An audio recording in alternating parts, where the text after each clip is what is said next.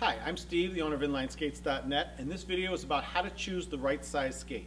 It's really usually pretty simple. You're basically going to go with whatever your true foot size is. Now when I say foot size, I don't mean shoe size, because a lot of people like to wear their shoes big. So hopefully you know if you wear your shoes big and you'll go down to your true foot size. It's important to buy a skate true to size or possibly down a half size in the higher performance models if you're looking for that super snug fit. But it's a mistake to buy a skate that's too large. If you buy a skate that's too large, your foot will be slopping around in the skate, which will not only lose performance of the skate, will also cause blisters as well.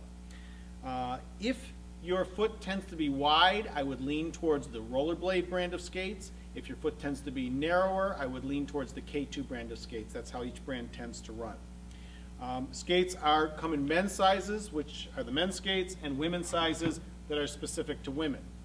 Generally, women would want to buy women's skates because they have a slightly narrower last to them and a lower cuff.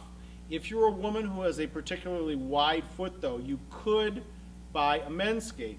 But the important thing to understand is men's skates are not the same as women's skates in terms of the size. They're off by one.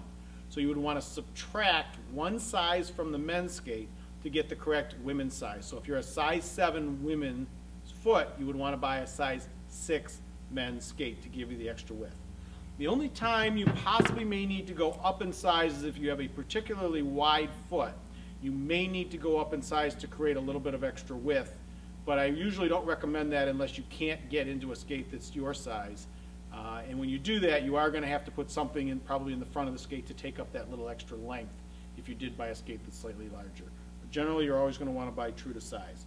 Now, the only exception to that is a roller hockey skate. Roller hockey skates are sized like ice skates, so if you bought an ice skate, you know that you actually drop down a size.